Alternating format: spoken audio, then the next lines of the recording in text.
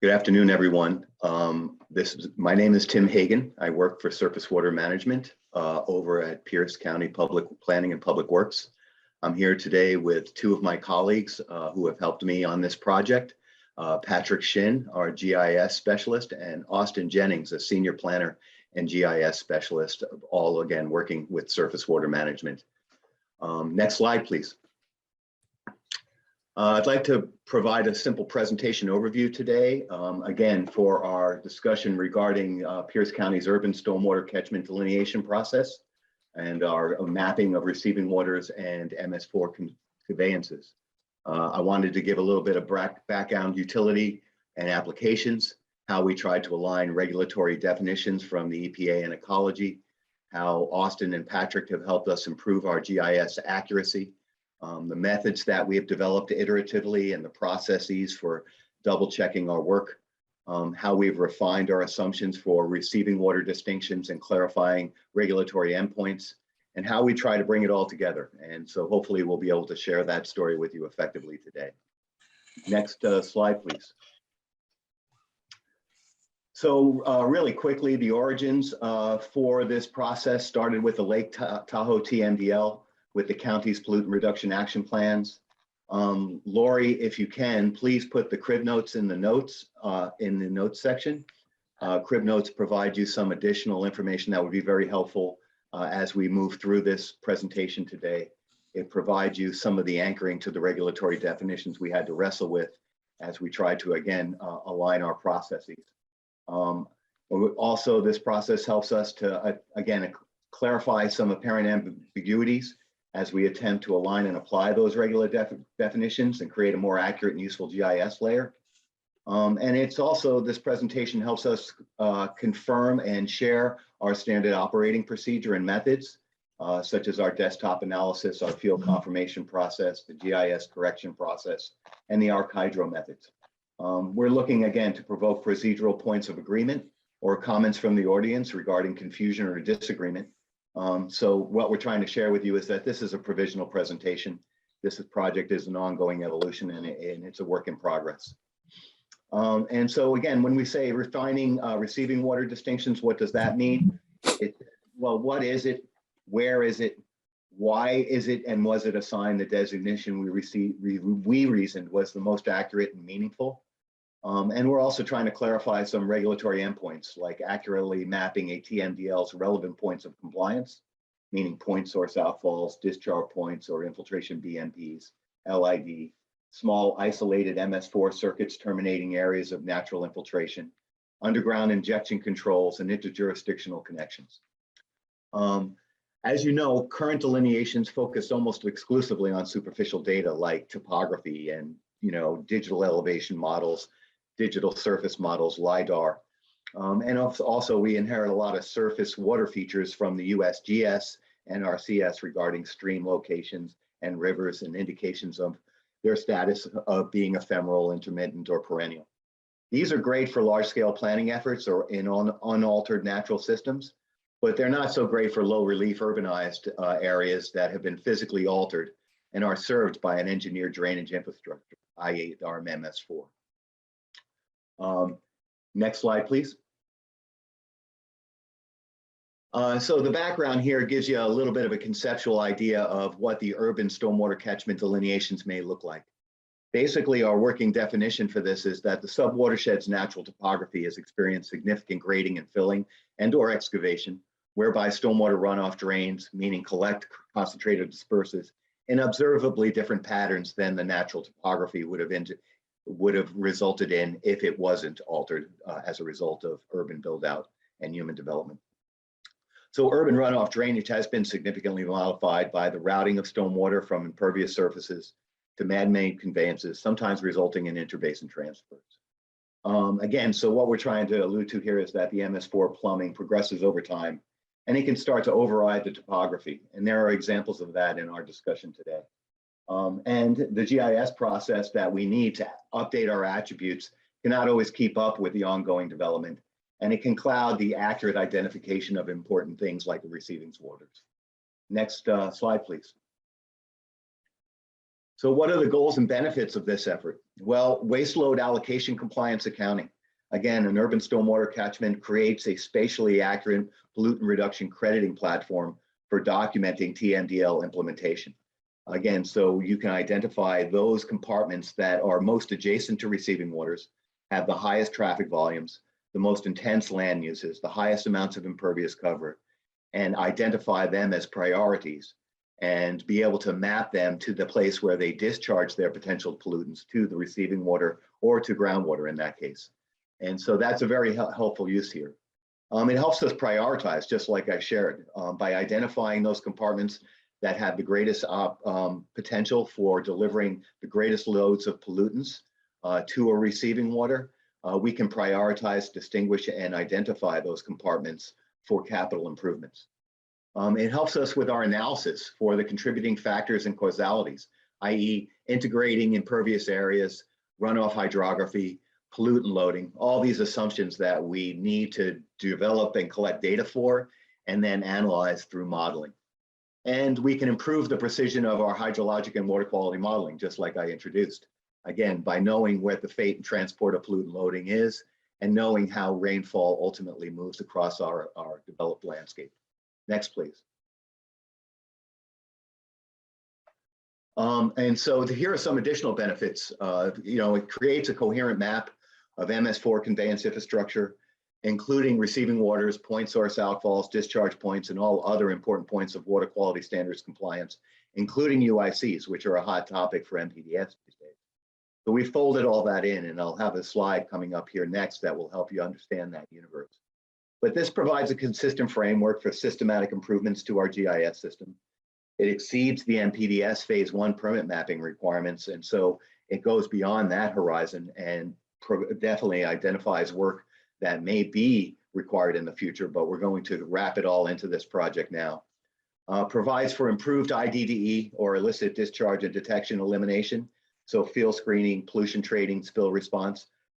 This kind of mapping really helps with fast response and being able to, again, respond to the kinds of referrals that may come in from the public regarding pollutant notices, or spills.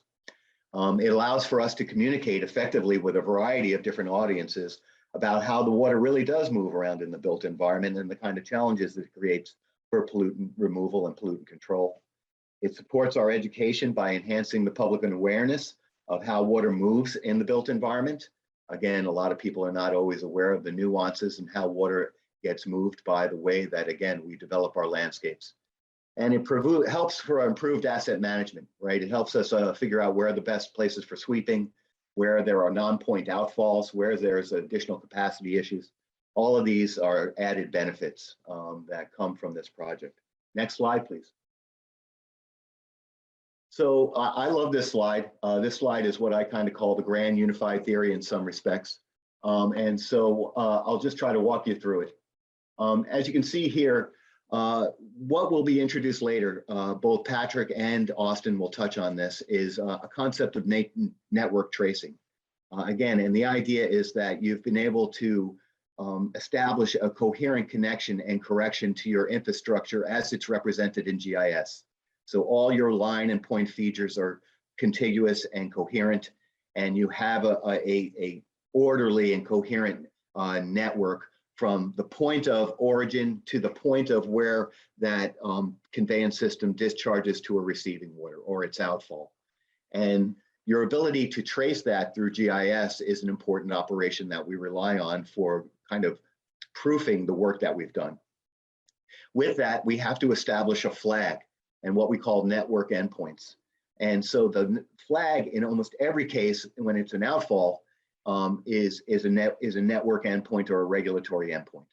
And so from an outfall, again, Austin and Patrick can trace that network to make sure that there are no interruptions and that everything seems to reflect what we've seen out in the real world and to correct it orderly. But there are other regulatory endpoints and they're a little bit more ambiguous. Connections, of course, can always act 100% of the time as a regulatory endpoint. Natural infiltration. Some of our conveyance networks do not end in a BMP, do not end in an outfall.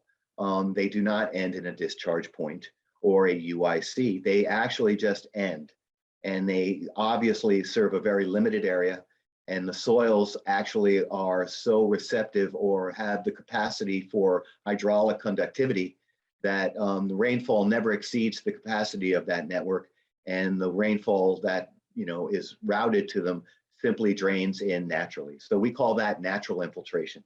And we have quite a few circuits in the 20s of the sort in Clover, at least in Clarks Creek. There are 20 or so of those types of circuits that exist, where again, the network just terminates in natural infiltration. But then we have underground injection controls like dry wells and discharge points, which is a definition that ecology uses to identify BMPs designed to infiltrate. And so if you look at the brown part of this slide, you'll see that there are a number of different features like open bottom catch basins that are perforated on the side or are completely bottomless. They act as they actually meet the definition of a class 5 injection well or a underground injection control qualifying feature. Perforated pipes can act that way, infiltration basins, infiltration trenches, and LIDs. LIDs never act as a UIC. That's been established through an EPA memorandum, but they do act as discharge points. They are BMPs designed to infiltrate. Therefore, they are ultimately delivering treated stormwater to discharge to groundwater. So the question is are these features meeting the class 5 well dimensional requirements that the opening is smaller than the depth of the feature? And so if the depth of the compartment is larger than the opening, then basically that meets the class 5 definition for injecting, again, liquids into groundwater or into soils above groundwater. Then the question is does treatment exist? And that really comes back very quickly to the concepts many of us are familiar with septic systems. Septic systems discharge our wastewater to our backyards. And as that water is channeled to the leach fields, it percolates through a significant body of soil before it reaches groundwater.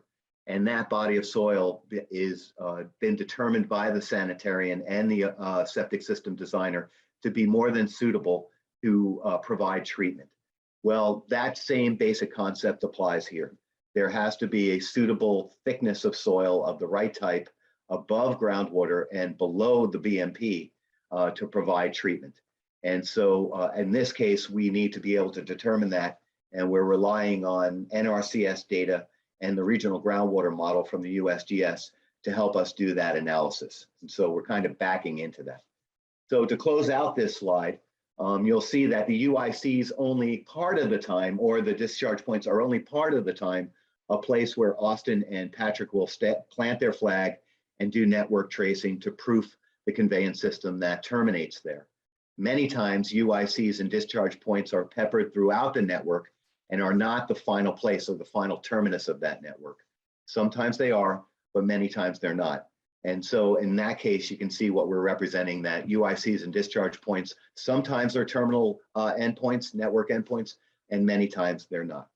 And so with that, I want to turn it over to one more slide before I leave and turn it over to Patrick. And this is our schema for determining outfalls. Now I'm going to try to describe this very quickly so I can transition to Patrick's part of the presentation. We have diameter pipes of a number of different sizes when we categorize them from 8 inches to 16, 16 to 24, 24 and greater. And the larger category, 24, is an equivalent cross-sectional area for non-pipe systems, i.e. that would capture our ditches, our stormwater ditches that run along our roads. Again, then we determine the slope. Again, is it within the stream's ordinary high water mark or within a boundary of a wetland that is adjacent to that stream? Is it within 50 feet? Is it within 75 feet or 100 feet? And then we look at the slope, determine, again, what the distance would be based on slope. And we can then kind of back into a very conservative method, as you can see, for saying that that feature, that outfall, is close enough to that adjacent wetland that's next to the stream or close enough to the ordinary high water mark of that stream where it is functionally acting as an outfall. The water that comes out of that pipe or that ditch will make it to the receiving water or to the wetland that's adjacent to that receiving water. And so we use size and slope to help us back into a conservative way to say, yes, that's an outfall, or no, that's not an outfall. That's an area of natural infiltration or a discharge point. So again, I know I had to do a rapid delivery here today. Please don't hesitate to get in touch with me and speak to me further if there's anything else you'd like to discuss with my portion of the presentation. Patrick will take you through some of the real life scenarios that we've had to encounter and some of the problems and solutions that we've reasoned as we work through this project. Patrick? All right, thanks, Tim. So I'm going to first start off or switch gears and start off here with how we classified streams in the Clover Creek area. And so our goal here was to expand on our existing GIS data definitions for the stream center line. And we wanted to do this in order to distinguish the regulatory stream classifications and also add the channel or conveyance type that the stream was actually flowing through. So our existing fields you see there on the left for our stream center lines have a feature type attribute that represents if it's a stream, a water body, or a pipe. And so we wanted to expand on this, and we did that by adding 2 additional fields. You'll see the stream type and the conveyance type. So the stream type represents if it's an in-stream waters of the state or receiving waters, and the conveyance type in the purple table there, the left column represents all the MS4 type features. So you have your culverts, your pipes, ditches, etc. And then in the right column there, you have a few things, the natural features like channels or water bodies, private conveyances, and at the bottom right there is MS4 from other municipalities.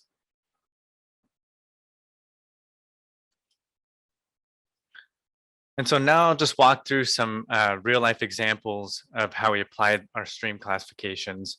But before I dive into this example, I first want to quickly explain the legend on the left, because this legend is going to be similar on all these example slides.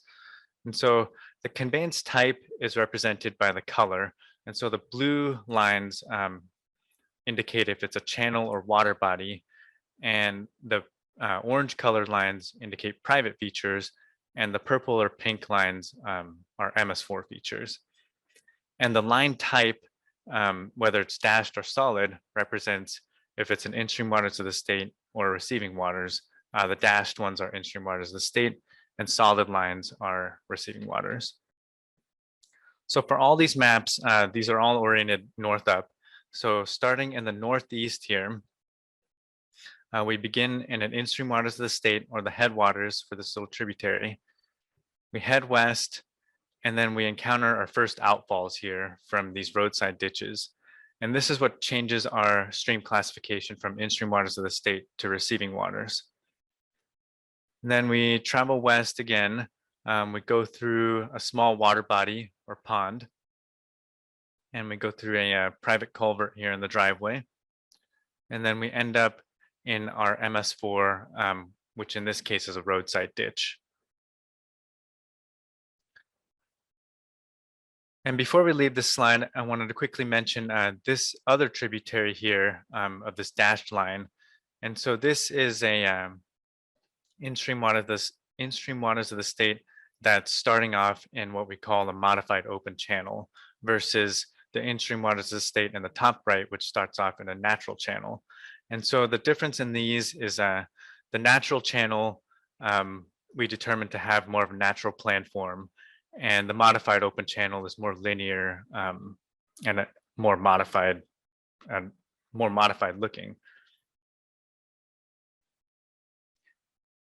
And so for our next slide, I'm just going to pan down to the left, and we'll just pick up right where we left off here. Okay, so starting in the northeast here, where we left off from the last slide, we're going to travel south alongside this road. And this road has several culverts that are introducing stormwater from the east side of the road.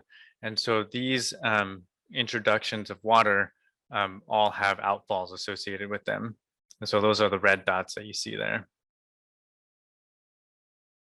Then we take this 90-degree turn to the west, and we meet up at this this intersection here, or confluence. And so at this confluence, we have in-stream waters of the state coming down from the north, and then we have a few outfalls here. And so this all becomes receiving waters and continues towards the south, back in this natural channel. And so at this point, I want to mention what we call our bookends concept. And so this is where we have natural channels that serve as anchor points, both upstream and downstream, for the stream center line on either end of an MS4 section. And so this is how we have this purple or pink section of stream center line, where we say that the receiving water is actually flowing within the MS4. And so the MS4 is serving as a surrogate channel for the reach of stream that no longer exists in that section.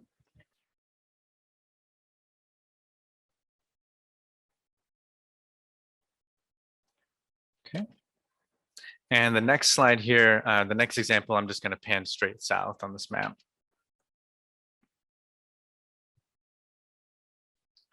Okay, so continuing south, our stream is back in the natural channel here. We pass through a private culvert,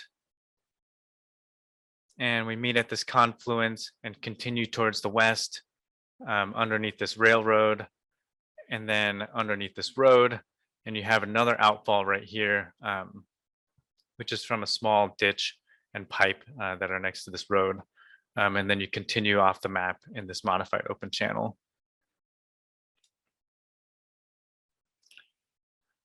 On the east side of this map, you have that modified open channel with the in-stream waters of the state, the one that I pointed out in the first example. You have that traveling southbound here, and you have receiving water coming in from the east, turning this all into receiving water. It travels down and ends up going through this stormwater facility, which on the next slide, I'm going to zoom in right on the stormwater facility so that we can take a closer look at it. Okay, so in this example, we have the stream with receiving water that's actually flowing straight through the BMP storm facility. In this case, it's a detention pond.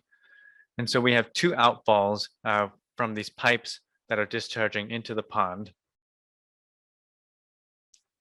And all the water then flows towards the west, out of the pond, and meets up with that stream confluence here. So again, this scenario represents a receiving water that is actually coincident with the MS4 being our facility. And ideally, the MS4 would go through the facility and then discharge into the receiving water, which is not the case here, where the receiving water is actually flowing through the facility. And so the next example, I'll take a look at it, kind of a different layout. So here we have the stream that flows through the county facility. And this facility is designed to detain large volumes of water to attenuate flooding. So it's a flood control facility. But the soils here were actually found to be pretty well draining.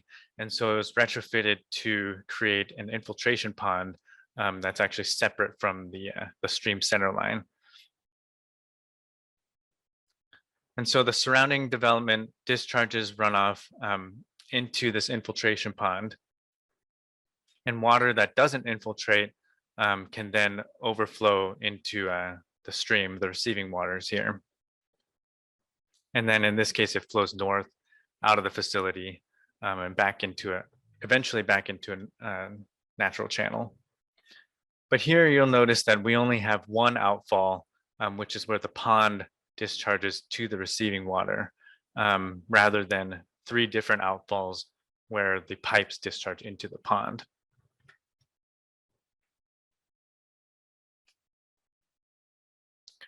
Okay, so this is an example of one of our disconnected fragments in the Clover Creek area. And so this is a fragment of stream center line that's not actually connected to the Clover Creek main channel. And so in this case, the water here terminates at this flood control facility that you see here. So topographically, though, this area is actually within the Clover Creek watershed, but hydraulically it's disconnected. So again, water from here doesn't actually make it to the Puget Sound via Clover Creek.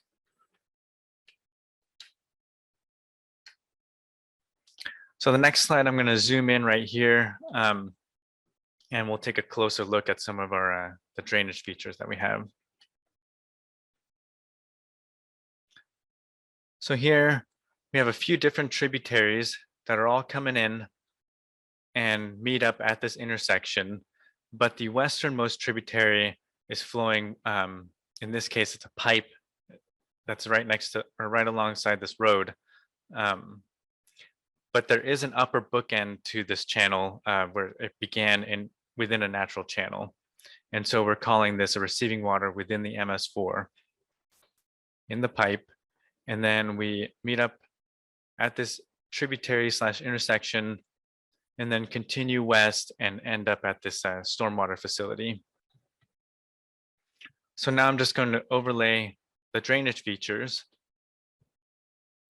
And so you'll notice that in the pipe that's conveying the receiving waters alongside this road, we have several catch basins, and these catch basins all have open lids, and so they're introducing new stormwater runoff to, in this case, the receiving waters. And so I'm just going to zoom in on this north section here, and we'll take a closer look at that.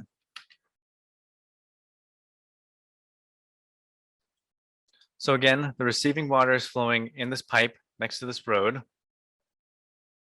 And we have several catch basins along the pipe, but we also have a couple private catch basins nearby that are gathering runoff from the private property. And there's a short section of pipe that discharges it into the county catch basin.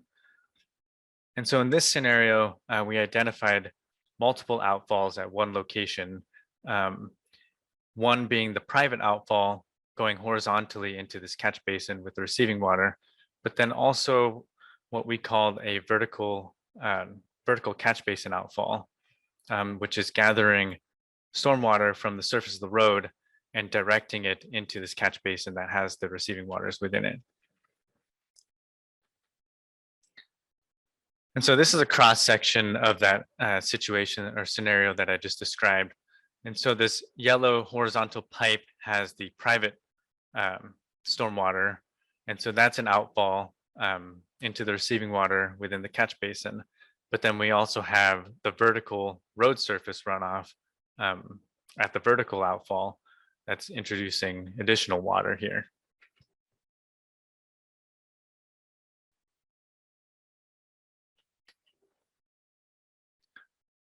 Okay, and the last example, this is what we call our wetland proximity outfall. And so you'll see this one kind of lone outfall out here that seems pretty far away from the actual stream channel. But in this case, I'll now overlay the wetland boundary. And so this is a large continuous wetland. And so we called an outfall over here where it's going into the wetland that's attached to this receiving water.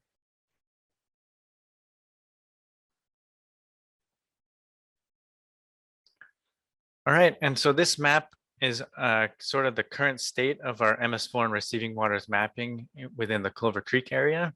And so far, if you take a look at the legend on the left, we have about 440 outfalls mapped, which is, those are all the outfalls that we found. And we have all the streams classified. Additionally, we've begun efforts on mapping those groundwater discharges that Tim had mentioned. And these include UICs, discharge points, etc. And we're working our way towards the urban stormwater catchment polygon delineation, like we've done for the Clarks Creek area. And so with that, I'm going to let Austin switch gears to Clarks Creek and talk specifically about how we used ArcHydro to delineate those USCs around Clarks Creek. Yeah, thank you, Patrick. Can everybody hear me okay? Yes.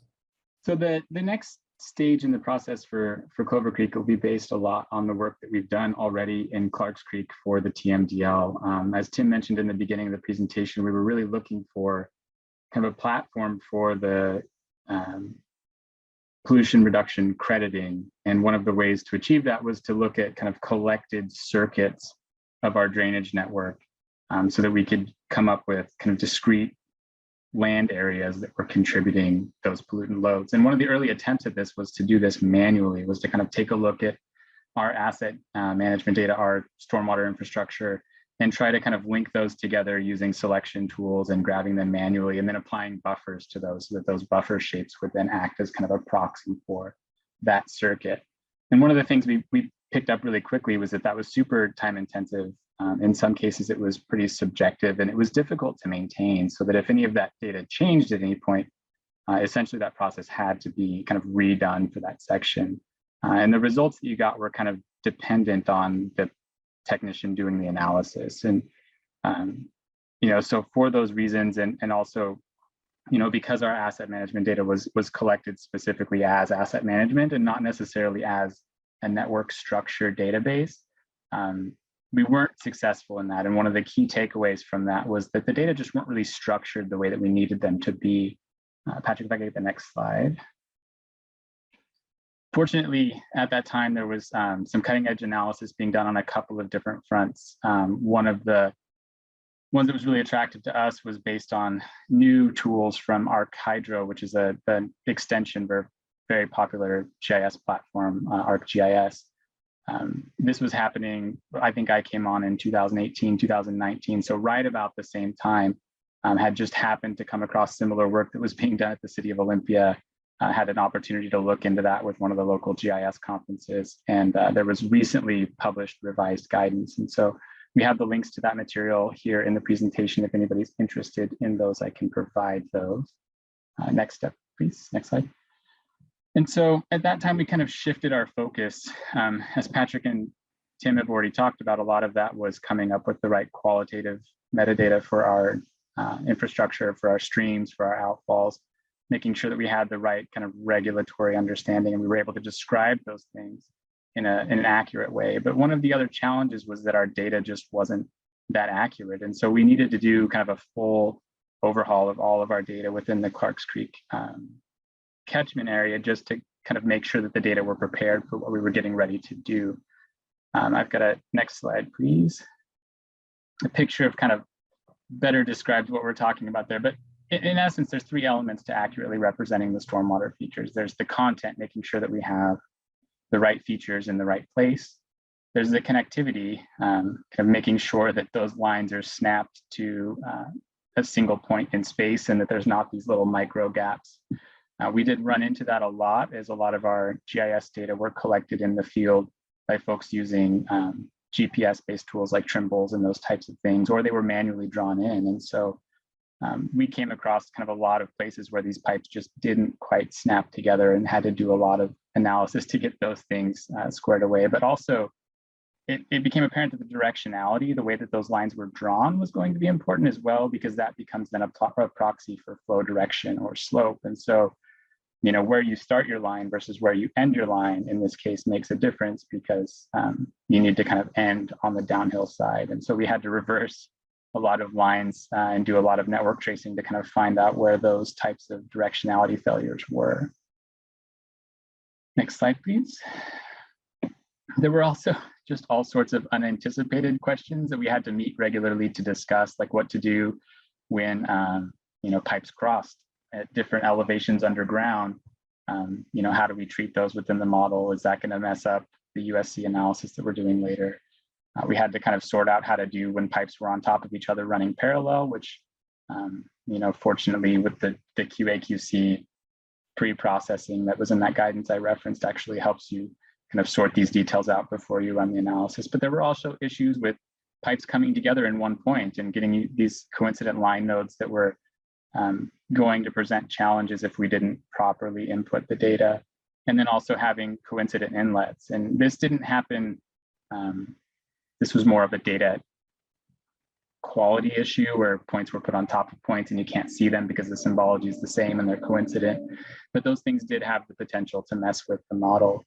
And we also had to work out how to deal with the cross-drain culverts, where there wasn't necessarily an inlet drain structure like a catch basin or a curbside gutter to act as an input point to link that surface flow to that subsurface flow. And so we had to add some artificial points in order to facilitate that. And then also just making sure that at the beginning of the pipes, we did have those inlet structures that were able to link kind of the water moving over to the surface to the water that's moving underground, because we had to burn those structures in order to get that network connectivity. So next slide, please. As Patrick has already talked about, we did clean up our data classifications. It was a little bit more simplistic with the Clarks Creek model. I think we've come away with a better understanding, having done this work, that's really directed the way that we've taken, or the approach that we've taken in Clover Creek. But essentially, our data just weren't set up in a way that let us kind of differentiate the types of points that we were interested in. We also had several points that were just misplaced due to the programmatic way that they were placed in the first place, and had to add some areas, add some points to areas where the connectivity just wasn't either correct, or there just hadn't been a feature at the end or beginning of those points. And so this was a manual process that involved several hours of kind of poring over paper maps, checking things out in the field, sending staff out to go and get kind of an on the ground look at these types of things so that we could figure out the best solution on a case by case basis. Next slide, please. And in the end, we came up with kind of 13 different ways to identify endpoint types where we had previously only had a couple of options. And now, we had an understanding of whether or not these were, for example, things that needed to be mapped under the permit, or things that didn't need to be mapped under the permit yet.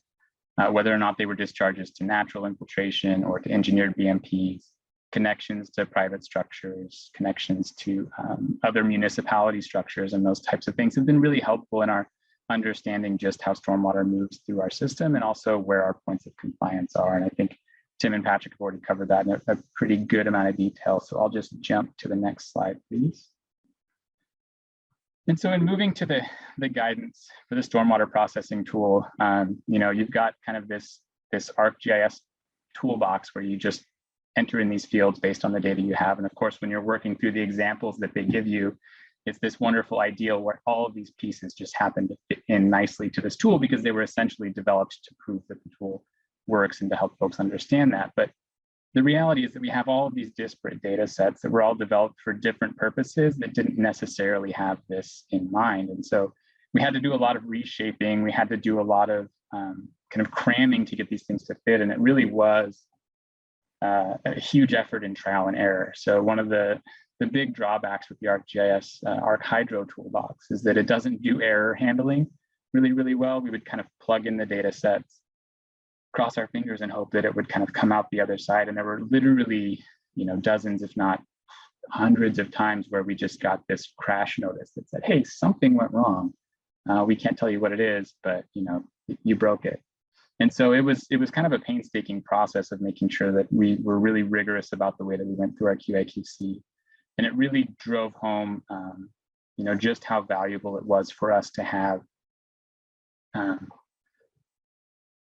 a new way of looking at collecting our data and structuring our data with this endpoint in mind, because trying to get our data to fit into this structure is really a pretty labor-intensive effort. So, next slide, please. In the end, we were able to get everything to fit. Fortunately, we had the resource to put towards it and just kind of bashed our way through. But the result is something that's incredibly helpful. And so we have now this Clarks Creek TMDL area where we have, I think, close to 3,300 surface features that outline the contributing areas for every single catch basin and every single stretch of open channel and every single inlet for every pipe within the system. Next slide, please. And what that allows us to do then is to have kind of a network programmatic understanding of our entire system. And so, the example that Tim talked about of us being able to place flags at outfalls. I don't know if you can really see that red flag that we've placed on a green outfall. Patrick, if you've got the laser, that would be helpful. right there. So we're able to place these flags on these outfalls and run within the GIS these trace functions that then select every piece of pipe or open channel or even natural channel contributing to that point. And we can use then those then as a selection feature for the underlying kind of contributing areas. And now what we have is a very detailed delineation of everything that contributes to that outfall. And so if you think about this in terms of what that means for our IDDE folks who may, uncover a catch basin and see an oil sheen, and for them to be able to just pull this up and to run the upstream analysis and understand kind of what geographic area they need to focus on for addressing those spills. It also provides us just a tremendous platform from which to do land use analysis when we're talking about the types of pollutants that are contributing to any given outfall. Right? It allows us to do targeted education outreach if we know that we're having a fecal coliform issue with a specific outfall. It allows us to kind of narrow that down to a discrete set of parcels that we could either do some sort of sanitary survey or some sort of education outreach direct mailer to help folks help us address the non-point issue that may or may not be contributing to that pollution source. It also allows us to do some prioritization, as Tim said. It's a way for us to understand how connected a given catchment is to the receiving water. If we're going to put millions of dollars into a stormwater treatment facility, is it more effective to do it something that's ultimately not going to make it to the creek because it's destined for natural infiltration, or is it more beneficial for us to do something that has a direct connection to the outfall? And those obviously, help us to make those types of decisions. So if I could get the next slide, please. The final step in the process, obviously, with 3,500 plus unique basins, that's not really a wieldy number.